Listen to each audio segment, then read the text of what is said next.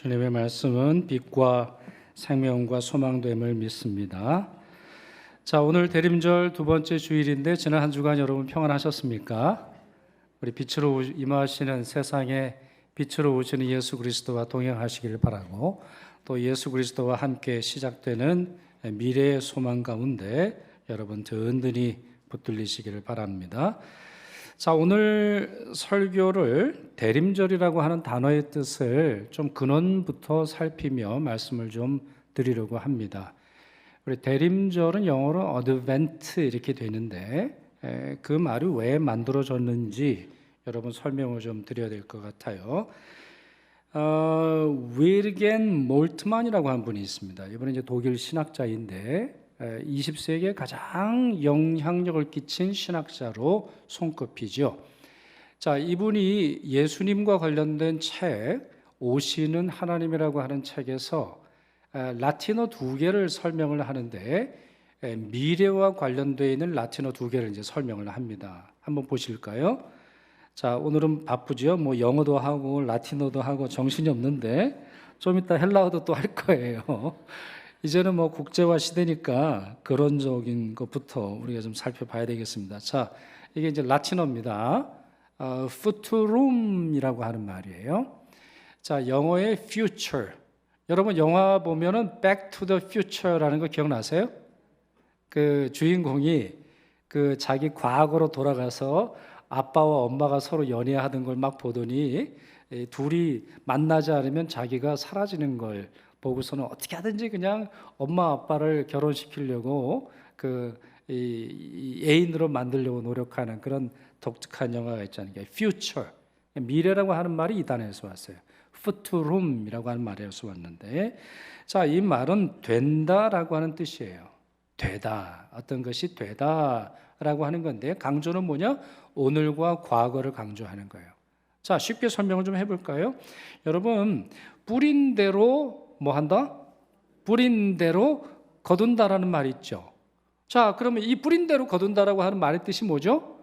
뿌린다라고 하는 과거나 현재 행동이 거둔다라고 하는 미래를 결정한단 말이죠. 그렇잖아요? 안 뿌리면 못 거둔다는 거 아닙니까? 오늘이 아니죠. 뭐 내일 지구가 망한다 할지라도 나는 뭐 하겠다? 사과나무를 심겠다. 근데 왜 사과나무를 심는 거죠?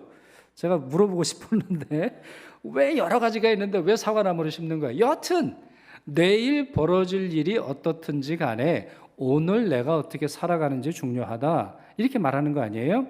그러니까 이거는 강조가 오늘과 어제, 과거에 있어요.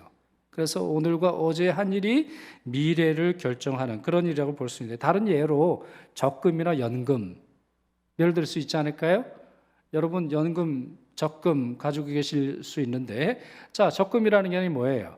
10년 동안 매달 얼마를 넣는다. 아니면 뭐 5년 정해진 기간 동안 얼마를 넣으면 얼마를 받는다. 이게 계산이 되는 거 아닙니까? 연금도 마찬가지잖아요. 내가 매달 얼마를 내면 내가 65세 은퇴를 하고 나서 얼마를 받는다 계산이 되는 거예요. 자, 이와 같이 오늘 아니면 과거에 했던 일이 미래의 결과로 나타나는 걸 라틴어로는 futurum 이렇게 부릅니다. 자, 그러면 또 다른 미래가 있는데 adventus라고 하는 말이 있어요. adventus 역시 라틴어입니다. 자, 이 말에서 영어의 advent 대강절이라고 하는 말이 나왔는데 이거는 온다라는 의미예요. 온다. 이건 미래적 소망을 의미하는데 사람의 도착, 사건의 발생, 이제까지 없던 새로운 것이 우리에게 찾아오는 것을 의미합니다. 예를 들어서 코로나 생각을 해보세요. 자, 코로나 바이러스라고 하는 거는 원래 붙어 있던 거예요. 코로나 바이러스라고 하는 거는 이 바이러스의 생긴 모양이 코로나, 이 태양과 비슷하다고 생각해서 붙여진 말인데, 이게 2019년에 문제가 생김으로 말미암아 무려 3년 넘는 기간 동안 우리가 이런 고난을 겪고 있는 거 아니에요? 이런 일이 일어나라고 누가 예상을 했어요?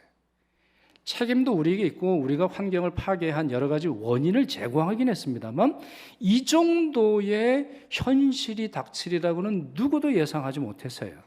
자, 이렇게 미래에 어떤 일이 벌어질지 모르고 그 일을 닥쳐서야 비로소 경험하는 미래가 있는데 그거를 이 라틴어로 adventus라고 하는 말을 해요. 자, 이 말과 유사한 말이 뭐냐면 여러분 adventure예요. 어드벤처가 뭐죠? 우리 놀이동산, 놀이동산 아니면 뭐라 그러더라? 에버랜드? 에버랜드라 그러나요? 이제 에버랜드 아니면 뭐 롯데월드 이런 데 가보면 뭐 어드벤처 뭐 이런 말을 해요. 이게 이제 모험이라고 하는 말이거든요. 근데 여러분, 모험 중에 뻔히 아는 그런 모험이 어디 있어요? 아니, 뻔히 아는 모험은 없는 거예요. 모르고 갔는데 갑자기 뭐가 튀어나와가지고 깜짝 놀란다거나 갑자기 뭐가 나와가지고 뭐 뾰로롱 하면서 선물을 준다거나 신기하고 재미있는 일이 일어날 때 adventure 이렇게 말하는 거예요. 그러니까 미래는 어떤 종류의 미래는 차근차근히 쌓아가서 결정되는 미래가 있고 어떤 거는 그것이 나에게 찾아오는 그것이 나에게 임하는 그런 종류의 미래가 있다 이런 말이죠. 대림절을 영어로 advent 이렇게 부르는 이유가 바로 여기 있어요. 대림절이라고 하는 것은 우리로 하여금 미래를 내다보도록 합니다. 예수 그리스도와 함께 만들어지는 하나님이 만드시는 미래이고 예수 그리스도를 통해서 우리에게 다가오는 그 종말의 순간 하나님 나라의 완성, 새 하늘과 새 땅, 새 예루살렘 우리가 만든 게 아니에요. 우리가 쌓아 올린 게 아니에요. 우리 업적이 아니에요. 하나님께서 우리에게 선물로 주시는 미래의 날이 있음을, 미래의 현상이 있음을 바라보도록 한다는 것이에요. 이사야 선지자 주님 오실 때를 다음과 같이 예언했지요. 이미 여러분들이 읽으신 그런 말씀일 텐데, 자, 이 말씀 같이 읽지요. 이는 한 아기가 우리에게 낳고 한 아들을 우리에게 주신 바 되었는데 그 정사와 평강에 더함이 무궁하며 또 다윗의 왕좌와 그의 나라에 군림하여 그 나라를 굳게 세우고 지금 이후로 영원히 정의와 공의로 그것을 보존하실 것이라. 만군의 여호와의 열심히 이를 이루시리라 그랬어요. 자, 어느 때가 되면 한 아기가 우리에게 탄생합니다. 우리는 그분이 누군지 알고 있어요. 예수 그리스도죠. 마리아를 통해서 우리에게 아들로서 탄생하게 되실 텐데 그분은 기묘라, 그분은 모사라, 전능하시는 아버지라, 평강의 왕이라고 부르실 뿐만 아니라 그분은 이 세상을 새롭게 하세요. 평화의 나라로 만들어주세요. 정의와 공의로 그것을 보존하세요. 우리가 해요? 우리가 만들어요? 우리가 평화를 이렇게 쌓아가면, 우리가 공의를 쌓아가면, 우리가 뭔가 업적을 쌓아가면 그 나라가 온다는 거예요? 말씀은 그렇게 돼 있지 않잖아요. 다시 말씀 보여주시면 무엇이, 누가, 어떻게 이루어져요? 여호와의 열심히 일을 이루는 거예요. 우리가 하는 게 아니에요. 물론 이 말씀을 통해서 함부로 살아도 된다라고 하는 말이 아니지만 우리의 힘으로 만들 수 있는 미래가 아니라는 거예요. 인간의 노력으로, 인간의 행동으로 주어지지 않는 미래가 우리에게 찾아온다는 것이죠. 그렇습니다. 바로 이와 같은 것을 기다리는 것이 대림절의 신앙인데요. 이러한 대림절의 신앙을 누구보다 먼저 경험한 사람이 마리아라고 볼 수 있어요. 자, 마리아 어떤 사람입니까? 신분이 높아 보이진 않아요.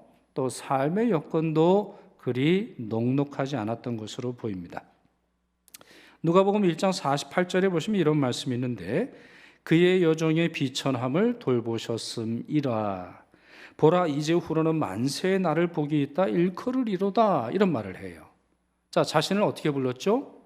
그의 여종의 비천함을 돌보셨다. 자신을 비천하다 이렇게 말해요. 자신을 여종이라고 말하고 자신을 비천하다고 말하는데 이런 표현은 겸양의 표현으로 주로 쓰이죠. 너무나 당연하죠. 하나님 앞에서는 비천할 뿐이죠. 천지를 창조하신 창조자 앞에서는 모든 피조물이 비천할 뿐입니다. 그러나 많은 주석학자들이 이와 같은 표현은 마리아의 겸양, 겸손의 표현이 아니라 실제의 삶이 그랬을 거다, 이렇게 추측을 해요. 실제로 경제적으로 어려웠을 거다. 나이는 15살 정도로 추측을 하고요. 부모의 이야기가 성경에 나오지 않아요. 마리아가 임신한 이후에 누굴 찾아가요? 엘리사벳을 찾아가요. 친척을 찾아가지 친정 엄마를 찾아가지 않아요. 그래서 많은 주석학자들은 마리아는 고아였으리라 이렇게 추측을 합니다. 이와 같은 여러 모습뿐만 아니라 여러 내용을 통해서 우리가 하나 확인할 수 있는데, 한 가지는 분명해요. 성경이 마리아에 대해서 많은 정보를 주지 않아요. 마리아가 얼마나 똑똑한 사람인지, 마리아가 얼마나 기도를 많이 하는지, 마리아가 헌금 생활을 어떻게 하는지, 마리아가 주일, 당신은 안식일이겠습니다만 안식일을 어떻게 지켰는지, 마리아의 행동에 대해서 설명하지 않아요. 소위 말해 마리아가 하나님의 선택을 받았다면 선택을 받을 만한 이유를 성경에서 설명해 주면 좋을 텐데, 그렇잖아요? 예를 들어서 하나님이 여러분을 선택하셨는데 그 선택하신 이유를 알려주시면 어떨까요? 하나님께서 우리 교회 여러 재직들을 선택하셨는데 그 선택하신 이유를 알려주시면 어떨까요? 사실 하나님은 잘 알려주시는 분이 아니세요. 하나님이 선택하셨다라고 하는 사실만 알려주시는 것이지. 성경에서는 마리아가 예수님의 어머니가 되는데 어떤 역할을 했는지 말하고 있지 않아요. 이유는 어디 있어요? 하나님의 열심히 그 사실을 이루게 되는 것이지요. 다윗의 자손 요셉과 결혼한 처녀였다라는 것과 스스로를 비천하게 여겼다는 것이 전부입니다. 그러나 이 마리아에게 있어서의 비범함이 있어요. 자, 그녀의 자질, 그녀의 실력, 영적인 준비는 성경이 말하지 않는데 하나님의 하실 일에 대한 반응은 무엇이었는지 설명합니다. 하나님의 말씀 앞에서 어떻게 행동하는지, 하나님의 계획을 듣고는 어떻게 반응하는지는 성경이 분명히 언급하고 있어요. 자, 그 내용을 좀 보시죠. 마리아가 가브리엘 천사를 만나서 이런 이야기를 듣죠. 성령이 임하시고 지극히 높으신 하나님의 능력이 임하여 하나님의 아들을 잉태하리라. 아니, 이게 무슨 말이에요? 여러분 이해가 되세요? 사람이 어떻게 하나님의 아들을 낳습니까? 아니, 어떻게 성령이 오시면 아이를 임신할 수 있나요? 이거는 도저히 이해가 안 되는 놀랄 만한 일이에요. 그러니 이 마리아가 굉장히 이제 놀라게 되는데, 그러나 곧 다음과 같이 고백을 합니다. 우리 같이 한번 읽도록 하겠습니다. 38절 말씀 같이 읽습니다. 주의 여종이오니 말씀대로 내게 이루어지이다. 한번 다시 또 읽지요. 주의 여종이오니 말씀대로 내게 이루어지이다. 이렇게 말합니다. 자, 이것은 굉장히 중요한 말이고 하나님의 마음을 기쁘시게 했던 것으로 보입니다. 왜냐하면 조금 더 뒤에 내용을 보시면 45절에 엘리사벳이 마리아를 만난 다음에 마리아를 축복하는 장면이 나오는데 다음과 같이 축복을 해요. 제가 읽을게요. 주께서 하신 말씀이 반드시 이루어지리라고 믿은 그 여자에게 복이 있도다. 이렇게 말해요. 자, 이 여자는 누구죠, 여러분? 마리아예요. 그런데 엘리사벳이 마리아를 모르는 것도 아니고 마리아와 친척지간이고 서로 사랑하는 관계였는데 마리아에게 복이 있도다 이렇게 설명하지 않고 왜 이렇게 길게 말해요? 그 이유는 마리아가 어떤 사람인지, 마리아의 행동, 마리아의 응답, 마리아의 고백이 도대체 하나님을 어떻게 기쁘시게 했는지를 설명하기 위해서예요. 그렇습니다. 마리아는 한 가지 특징이 있었어요. 아주 뚜렷한 특징이었는데 주께서 하신 말씀이 반드시 이루어질 것이다. 이 사실을 믿었다는 거예요. 사실 이 믿음은 기적에 가깝습니다. 이 믿음은 기적이에요. 사실 여러분 기적이 아닌 것이 없죠. 우리 믿음에 있어서 여러분 신앙생활에서 가장 어려운 게 뭐예요? 저는 믿음이에요. 믿음이에요. 두려움과 염려와 걱정과 근심과 내 생각과 내 판단과 내 감정과 나의 계획에 앞설 때가 얼마나 많은지 몰라요. 어제는 믿는 것처럼 보여도, 오늘 아침에 믿는 것처럼 보여도 순식간에 내 생각에 빠지고 내 판단에 빠지고 내 감정에 이끌려서 하나님의 말씀은 정말 온데간도 없이 내가 주인이 된 것처럼 살아가는 삶이 얼마나 많은지 몰라요. 그래요. 믿음 자체가 기적이에요. 그런데 이 성육신이라고 하는 것을 믿는 것은 더 큰 기적이 아닐 수 없겠죠.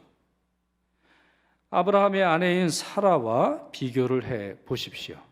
사라, 참 믿음에 출중한 사람 아닙니까? 아브라함과 함께 믿음의 대표적인 인물인데 하루는 하나님이 아브라함 집에 찾아오시지요. 그리고 나서는 사라를 향해서 아들을 낳으리라 이렇게 말씀을 하십니다. 자, 이때 아브라함 나이가 99세였고 사라의 나이가 몇 살이었죠? 89세예요.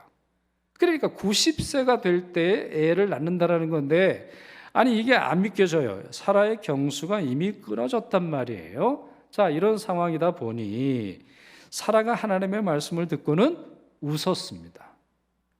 하나님의 말씀을 듣고 웃는 거예요. 아이고, 하나님이 코미디를 하시네. 아이고, 하나님이 그냥 말이라도 좋게 하시네. 이 정도가 아니에요. 하나님을 비웃어요. 하나님의 계획을 비웃습니다. 하나님의 말씀이 웃깁니다. 하나님이 하시는 말씀이 마음속에 박히는 것이 아니라 그저 흘려 지나가는 말씀으로 듣게 된다고 하는 것이에요. 자, 그러니 하나님이 가만 계시지 않으세요? 하나님 가만 계시지 않으시고 사라야, 너 웃느냐? 그랬더니 사라가 뭐라 그러죠? 사라가 나 안 웃었습니다. 야, 대단합니다. 우리 아줌마의 파워는 대단해요. 하나님 앞에서도 할 말 다 합니다. 하나님 앞에서도 나 안 웃었다 그랬는 거예요. 아니, 하나님이 뻔히 아시는데도 불구하고 안 웃었다 변명해요. 안 웃은 척해요. 믿는 척해요. 신앙 좋은 척해요. 하나님의 말씀이 그 안에 있는 것처럼 행동을 해요. 사라가 그랬다는 거예요. 사실 아브라함 집안 자체가 그래요. 창세기에 나오는 믿음의 사람들 보면 믿음이 처음부터 끝까지 온전한 사람 찾아보기 어려워요. 야곱도 보세요, 여러분. 야곱도 하나님과 씨름하잖아요. 야곱도 하나님과 씨름을 하고 하나님의 말씀에 복을 받고자 씨름하고 싸우는 그런 장면을 볼 수 있는데요. 온전한 순종으로 나아가는 사람 몇 사람 되지 않아요. 그런데 마리아의 이야기에는 말싸움이 없어요. 놀라기는 합니다만 그 말씀을 그대로 받아들여줘요. 성육신은 생물학적으로는 불가능하고 사회적으로는 불미스러운 일이에요. 처녀가 아이를 낳는다라고 하는 이 일이 앞으로 끼칠 영향이 무엇인지 마리아가 왜 모르겠어요. 그럼에도 불구하고 마리아는 하나님을 향해 예스! 그렇습니다. 말씀대로 이루어질 것입니다. 하나님이 말씀하시면 그대로 될 겁니다. 나는 너무나 놀랍고 난 너무나 두렵고 앞으로 펼쳐질 나의 인생이 너무나 근심이 되지만 하나님을 향해 예스! 말하는 그와 같은 모습을 볼 수 있다는 것이죠. 이것이 대림절 신앙의 본질입니다. 대림절 신앙은 우리로 하여금 우리의 행동, 우리의 노력, 우리가 만든 무엇이 하나님을 기쁘시게 한다라고 하는 것을 설명하는 게 아니에요. 하나님께서 하실 일에 대해서, 하나님이 하신다고 약속하신 일에 대해서, 그리고 하나님께서 만드시는 미래를 긍정적인 눈으로 바라보라는 거예요. 그것을 수용하라는 거예요. 그것에 선하게 응답하라는 거예요. 하나님을 향해 예스라고 말하라는 것이죠. 바울이 고린도후서 1장 20절에서 1장 19절, 20절에서 이렇게 선포했는데요. 우리 같이 읽겠습니다. 하나님의 아들 예수 그리스도는 예하고 아니라함이 되지 아니하였으니 그에게는 예만 되었느니라. 하나님의 약속은 얼마든지 그리스도 안에서 예가 되니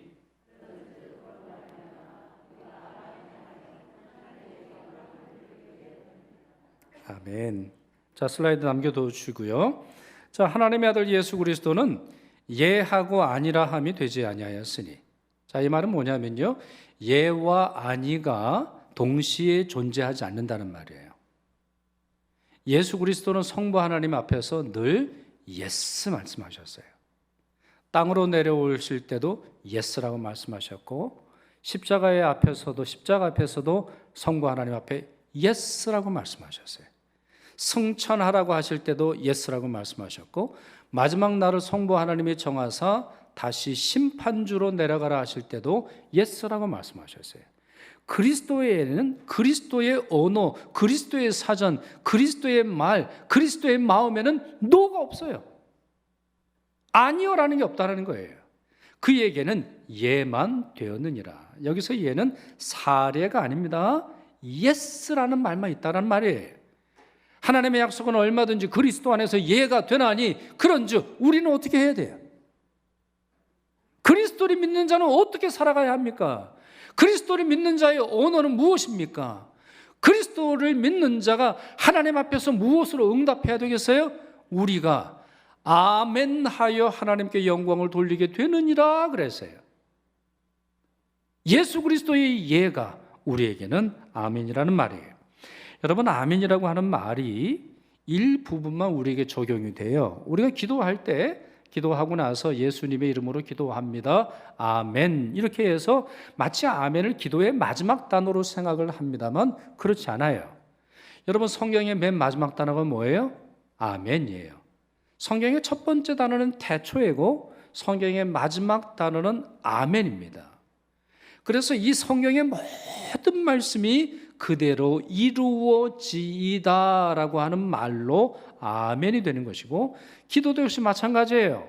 기도하는 우리의 능력, 기도하는 우리의 실력, 기도하는 우리의 영성이 이 일을 이루게 하는 것이 아니라 예수 그리스도의 이름에 능력이 있고 예수 그리스도께서 그 기도를 들으사 응답하신다라고 하는, 달리 말해서 하나님이 만드실 미래를 향해 우리는 예라고 동의하게 된다는 것이죠. 주님은 자신의 재림을 정말 많이 말씀하셨어요. 십자가에 달려 돌아가시기 전에 예수님은 자신의 죽음만이 아니라 승천과 재림을 이렇게 설명하셨습니다. 같이 읽겠습니다. 너희는 마음에 근심하지 말라. 하나님을 믿으니 또 나를 믿으라. 내 아버지 집에 거할 것이 많도다. 내가 너희를 위하여 거처를 예비하러 가노니 가서 너희를 위하여 거처를 예비하면 내가 다시 와서 너희를 내게로 영접하여 나 있는 곳에 너희도 있게 하리라. 이렇게 약속하셨어요. 주님은 우리 마음에 근심을 하세요. 우리 마음의 근심이 뭐예요? 우리의 힘으로는 아무것도 못한다라는 거예요. 우리의 힘으로는 어떤 것도 할 수 없다라고 하는 내면의 근심을 너무나 잘 아세요.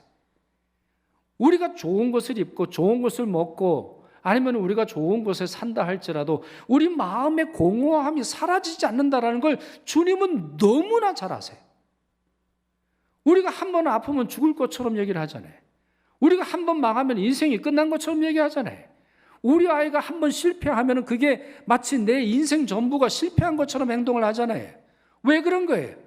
우리는 우리의 삶을 위해서 어떠한 능력도 행할 수 없기 때문인 거예요. 자, 그런데 천국에 집을 지을 수 있다고요? 우리가 천국에 상급을 쌓는다라고 하는 말을 하는데, 천국에 쌓아지는 상급과 천국의 처소는 완전히 다른 거예요. 이거는 다른 설교에서 말씀을 드리겠습니다만, 우리 어떤 것도 천국의 처소를 준비할 수 없어요.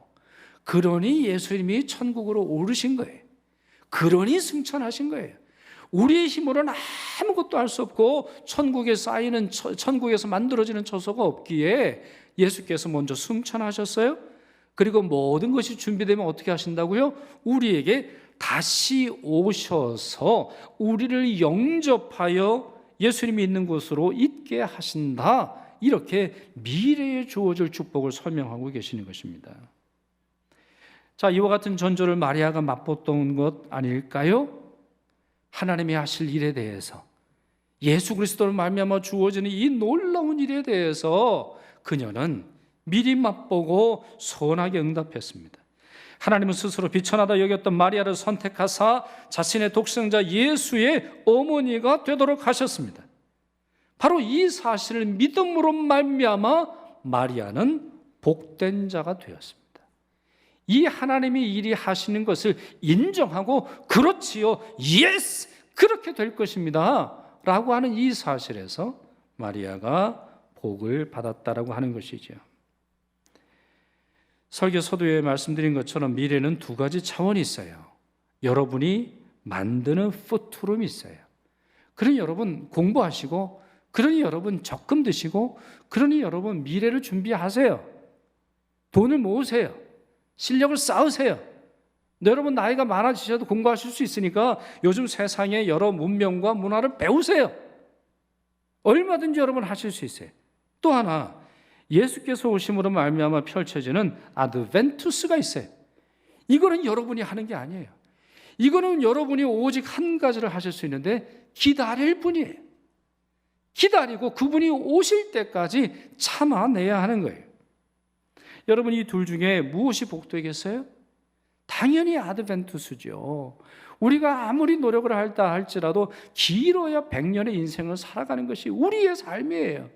우리가 아무리 쌓아놓는다 할지라도, 미래를 준비한다 할지라도, 아무리 많은 보험을 든다 할지라도, 아무리 많은 보험을 든다 할지라도 우리에게 영생이 주어지는 것이 아니지요. 그러니 사랑하는 여러분, 지금 이 땅에서 비록 힘들고 괴롭다 할지라도 하나님이 하시는 일과 하나님의 선택과 하나님의 말씀을 예스로 응답하시길 바랍니다. 아멘으로 응답하시길 바랍니다. 무엇보다 말씀대로 이루어진다라고 하는 마리아처럼 믿으시기를 바랍니다. 그러기 위해서 말씀을 손에서 놓지 마시고 말씀이 여러분을 향해서 무엇을 의미하는지를 묵상하시길 바랍니다. 순교자 저스틴이라는 분이 있어요. 이 저스틴이라고 하는 분은 그 이름 앞에 순교자라고 하는 단어가 붙어요. 그럴 정도로 순교당한 사람으로 유명한데, 이분이 주후 150년경의 예배를 묘사하는 책을 써요. 자, 그 책의 내용 중에 보면 기도가 끝날 때마다 회중들은 큰 소리로 아멘으로 응답을 했대요. 그러니까 우리 오늘도 장로님이 기도하실 때 끝나고 나서 아멘 할 때 큰 소리로 아멘 했다는 거예요. 찬송이 끝날 때도 큰 소리로 아멘하고 예배가 끝날 때도 큰 소리로 아멘 했대요. 그럼 어느 정도 크게 했느냐? 그 내용을 보니까 그가 뭐라고 썼냐면 아멘을 에페우펜메이라고 설명을 했어요. 에페우펜메이, 이거는 이제 헬라어입니다. 그리스어인데 에페우펜메이가 뭐냐면 막 박수를 치면서 큰 소리로 열광하는 거예요. 여러분 콘서트라든가 아니면 감동적인 연극이라든가 정말 감동해서 막 박수를 쳐요. 박수를 치라고 해서 치는 게 아니에요. 이건 조작하는 게 아니에요. 여러분 이제 박수 칩시다. 여러분 얼마나 감사합니까? 이러는 게 아니에요. 마음속에 감동이 솟구쳐 오르는 거예요. 우리 헬라어의 앞에, 헬라어 단어의 앞에 X, F, 이 말들은 안에서 막 솟구쳐 오르는 겁니다. 용암이 솟구쳐 오르는 것처럼 마음의 기쁨과 확신이 넘쳐서 막 박수를 치고 몸을 흔들기도 하면서 아멘 했다는 거예요. 왜요? 여러분 지금 이 시대는, 이 저스틴이 살았던 시대는 순교의 시대입니다. 예배가 끝나면 뭐가 기다려요? 박해가 기다려요. 예배가 끝나면 뭐가 기다립니까? 돌 날라오는 시대예요. 신앙인이라고 하는 이유만으로 핍박과 고난과 어려움을 당하는 거예요. 언제 직장에서 쫓겨날지 모르고 언제 집안에서 쫓겨날지 모르는 상황인데 그 기도를 듣고서는 아멘하며 박수를 친다고요? 그 이유는 어디 있어요? 내 힘으로 살아가는 것이 아니라 비록 지금은 고난과 핍박과 시련 중에 살지만 그들의 예배와 그들의 기도가 장차 응답될 것을 확신하기 때문이죠. 앞으로 임할 하나님의 나라에 대해서, 앞으로 다가오는 하나님의 축복이 너무나 분명하기에 그들은 아멘하며 에페우페메이 환성을 지르고 하나님께 나아갈 수 있었어요. 여러분이 예배가 끝나고 나갈 때 어떤 표정으로 나가십니까? 여러분이 예배가 끝나갈 때 무슨 마음이 여러분 안에 드나요? 하나님께서 세상에서 만들어 가실 그 나라를 사모하고 있는 겁니까? 하나님이 만드실 그 미래, 예수 그리스도와 함께 주어지는 그 미래를 바라보며 나아가시고 계시는 겁니까? 아니면 억지로 한 시간을 드리며 어쩔 수 없이 예배를 드리고 계십니까? 대림절은 우리에게 촉구합니다. 아멘이라고 하는 그 의미가 무엇인지 우리에게 알려줘요. 뿐만 아니라 말씀대로 이루어진다라고 하는 이 신앙으로 우리가 살아가야 함을 가르쳐 줍니다. 이번 한 주간 아멘으로 살아가시길 바랍니다. 그리고 말씀대로 이루어진다라고 하는 이 사실을 붙드시고 기쁨 속에서 당당하게 소망 가운데 살아가는 우리 모든 응암의 가족 되기를 축원합니다. 말씀하신 바를 반드시 이루시는 주님, 영광과 찬양과 존귀를 받아 주옵소서. 저희에게 마리아의 믿음을 허락하여 주옵소서. 하나님이 하시는 일에 예스라고 말하고 하나님의 말씀대로 이루어짐을 믿으며 주의 날을 바라보고 기다리는 저희 모두가 되도록 도와주시옵소서. 이미 오셨고 다시 오실 우리 주 예수 그리스도의 이름으로 기도드리옵나이다. 아멘.